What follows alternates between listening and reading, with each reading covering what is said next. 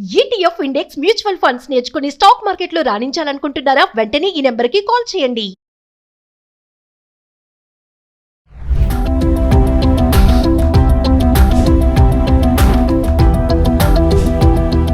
Sir, ఇప్పుడు bank account ఉన్న వాళ్ళకి మినిమం బ్యాలెన్స్ పైన కొన్ని ఛార్జెస్ కానీ కొన్ని కొత్త రూల్స్ తీసుకొచ్చింది ఆర్బీఐ. ఒకసారి వాటి గురించి మాట్లాడుకుందాం. మామూలుగా గతంలో మనం ఒక వీడియోలో మాట్లాడుకున్నాం సార్. కొన్ని బ్యాంక్స్ ఏంటంటే మినిమం బ్యాలెన్స్ లేక ఉండాల్సిన అవసరం లేదు అని చెప్పారు, దానిపైన మాట్లాడాం. ఇప్పుడు ఏంటంటే మినిమం బ్యాలెన్స్ పైన కొత్త రూల్స్ అంట. ఒకసారి అవేంటి? ప్రతి మనిషి కూడా ఒక బాస్ ఉంటాడు, ప్రతి బ్యాంక్ కూడా బాస్ ఉంటుంది. ఈ మిగతా సోకాల్డ్ బ్యాంక్స్ అన్ని ఇవన్నీ కలిపి ఆర్బీఐ అండర్లో వస్తాయి. బ్యాంక్ ఫాలో అవ్వాల్సిన రూల్ ఆర్బీఐ డిసైడ్ చేస్తుంది. స్టాక్ మార్కెట్కి సెబీ అనే బోర్డు ఉంది, securities exchange board of India. అట్లా ఎస్బీఐకి ఆర్బీఐ. ఇది మేజర్గా ఎక్కడ ప్రాబ్లం వస్తుందంటే, ఇంతకుముందు ఏమైంది, చాలా మందికి ఈ సోషల్ మీడియా అవేర్నెస్ లేనప్పుడు, ఆన్లైన్ మార్కెటింగ్ లేనప్పుడు, ఒక బ్యాంక్లో 3,000 రూపాయలు అని బ్యాలెన్స్ పెట్టాడు అనుకోండి, 3,000, 5,000, 1,000 రూపాయల నుంచి స్టార్ట్ అవుతుంది. బ్యాంక్ టు బ్యాంక్ వేరే వేరేగా వస్తాయి.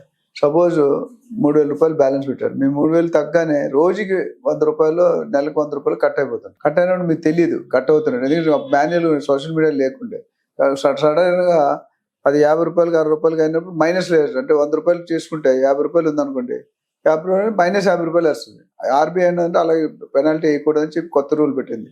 దీనికి మీరు ఏమైనా సాటిస్ఫై లేకపోతే మీరు కంప్లైంట్ కూడా ఇచ్చు. cms.rbi.org.in అన్న వెబ్సైట్కి మీరు కంప్లైంట్ ఫస్ట్ బ్యాంక్ ఇవ్వాలి. బ్యాంక్ స్పందించకపోతే అప్పుడు ఆర్బీఐకి ఇవ్వాలి. సో ఒకటి అది పెట్టుకుంటే మేజర్ కండిషన్ ఏమన్నారంటే, మినిమం బ్యాలెన్స్ అనే కండిషన్ డబ్బులు ఉన్నంత వరకు చేయొచ్చు, డబ్బులు అయిపోయిన తర్వాత ఎక్స్ట్రా ఛార్జ్ చేయడానికి. ఇప్పుడు ఏంటంటే ఎక్స్ట్రా ఛార్జ్ చేస్తారు. ఫర్ ఎగ్జాంపుల్, నేను ఏమైందంటే, మా ఫ్రెండ్ ఒక ఆయన ఒక పర్సన్కి ఐటమ్ కొనుక్కొని చెక్ ఇచ్చాడు. అప్పటికి మేము నెగిటివ్ బ్యాలెన్స్ ఉందని తెలియదు. సో ఆ చెక్ వచ్చింది, నేను వేసుకున్నాడు అకౌంట్లో 10,000 వేస్తే 5,000 చూపిస్తుంది, 5,000 నెగిటివ్ బ్యాలెన్స్ అని. అది కరెక్ట్ కాదు, ఎందుకంటే స్టన్ ఇప్పుడు చెక్ వచ్చిన తర్వాత బౌన్స్ అయితే వాడు ఒప్పుకోలేదు, వాడు దాంట్లో డెబిట్ అయింది. బట్ వీడి దాంట్లో క్రెడిట్ అయ్యి ఆ పాత తెచ్చేసిన 5,000 బ్యాలెన్స్ అని చూపిస్తుంది. యాక్చువల్లీ 10,000 చూపించాలి. సో అది ఇప్పుడు అలా కాదు, వీలు కాదు. ఆర్బీఐ ఏమన్నారంటే, మీరు అలా చేయడానికి వీలు లేదు. కస్టమర్కి ముందే ఇప్పుడు వాట్సాప్ కానీ, ఎస్ఎంఎస్ కానీ, ఈమెయిల్ కానీ కంటిన్యూగా ఇన్ఫార్మ్ చేయాలి, లేదా ఫోన్ చేసి ఇన్ఫార్మ్ చేసి అప్పుడే మీరు తీసుకోవాలి. మీరు మీ ఇష్టం చేస్తే customer can go to consumer forum, RBI, లేకపోతే bank complaint legal complaint cell ఉంటుంది. ఆ సెల్లో మీరు కంప్లైంట్ చేసుకొని మీరు రిటర్న్ పొందవచ్చు ఏమైనా కట్ చేస్తే. సో అలా చేస్తే ఈ ఆర్బీఐ కూడా is going to take actions on the particular banks who are doing like that. కస్టమర్కి, అప్కమింగ్ యంగ్స్టర్స్కి, ఎంటర్ప్రెన్యూర్స్కి ఇది హానికరం అన్నమాట. అంటే చెప్పా చేయకుండా కట్ చేయడం అనేది నేను చాలా సందర్భాలు నేను కూడా ఒకసారి నోటీస్ చేసి బార్డర్ ఉన్నా కూడా దొరికిపోయాను. లేకపోతే నాకు కూడా అమౌంట్ కట్టేది. ఢిల్లీలో ఒక కంపెనీలో పనిచేసేవాడిని, 40,000 బ్యాలెన్స్ ఉంది ఢిల్లీ నుండి వచ్చినప్పుడు. తర్వాత 1 year తర్వాత చూస్తే ఆ 40,000 కాకుండా ఇంకో 20,000 డెబిట్ చూపిస్తున్నాడు. అది మనకు తెలియని కూడా తెలియదు. తెలియనప్పుడు ఎలా చేస్తాం, వెళ్ళి ఫైట్ చేసి ఇది చేస్తే. సింపుల్ ఎగ్జాంపుల్, మనం జనరల్గా స్టేట్మెంట్ ఆఫ్ అకౌంట్స్ అడుగుతాం. స్టేట్మెంట్ ఆఫ్ అకౌంట్ అంటే దానికి కూడా ఛార్జీలు వేస్తారు. ఇప్పుడు ఏటీఎం మెయింటెనెన్స్ అని, లేకపోతే ఇన్సూరెన్స్ మెయింటెనెన్స్ అని, బ్యాంక్ అకౌంట్ మెయింటెనెన్స్ అని, లేకపోతే ఇవన్నీ కూడా స్టేట్మెంట్ ఆఫ్ అకౌంట్స్ కానీ, లేకపోతే డీడీ ఛార్జెస్ అని. కొన్నాటికి ప్రీమియం ఛార్జెస్ ఉంటాయి, కొన్నాటికి అలౌడ్ ఉంటుంది. Visa card, international visa card చూసుకుంటే కొన్ని బెనిఫిట్స్ ఉంటాయి. Credit card, so credit card అని రకరకాల మనకు తెలియదు, అన్ని రకాల పెనాల్టీలు వేస్తున్నారు. కాబట్టి ఆర్బీఐ గమనించింది, బ్యాంక్ వాళ్ళు ఇండైరెక్ట్ గా కన్జ్యూమర్స్ చీట్ చేస్తున్నారు. ఇప్పుడు నా దగ్గర ఒకటే బ్యాంకులో 30 years నుండి అకౌంట్, సేమ్ అకౌంట్, ఎక్కడికి మారలేదు. అంత డెడికేట్. ఎయిర్టెల్ నెంబర్ ఎయిర్టెల్లోనే ఉన్నాను.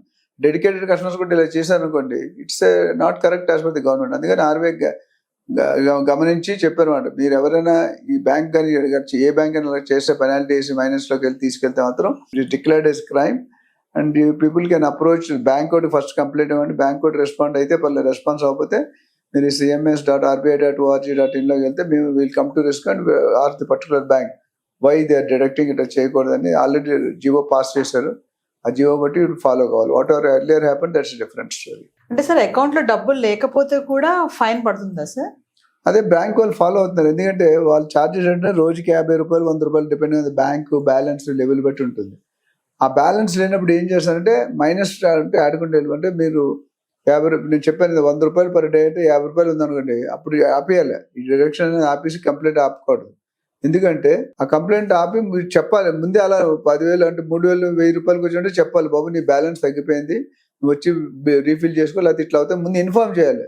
వీళ్ళైతే రైటింగ్లో ఇన్ఫార్మ్ చేయాలి, ఫోన్ చేసి ఏ విధంగా పరుగుతుందో ఆ విధంగా చెప్పాలి. చెప్పకుండా వీళ్ళు లెక్క వేసుకుంటూ పోతే 1,00,000 రూపాయలు వస్తాయి. ఎవరు ఎక్కడ కడతారండి? ఒక స్టాండర్డ్ కూలీ ఒకటి కానీ లేబర్ కానీ పాండబ్బా వాడు కూడా బ్యాంక్ అకౌంట్స్ ఉంటాయి. ఉన్నప్పుడు ఇప్పుడు ఏమవుతుంది, మీరు ఇలా డిడక్ట్ చేయకపోతే వాడు బ్యాంక్రప్ట్ అయిపోతాడు. కొంతమంది ఆత్మహత్యలు కూడా వెళ్ళి చూసుకుంటారు, ఈ 1 lakh ఎక్కడ కట్టాలని.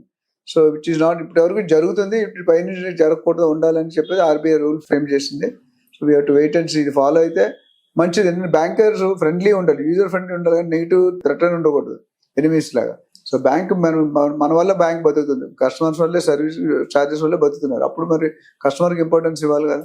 మన ప్రాబ్లం కూడా ఉంది, customer coming to your premises is not an interruption, he is doing a favour by coming to you, you are not doing a favour by serving to you.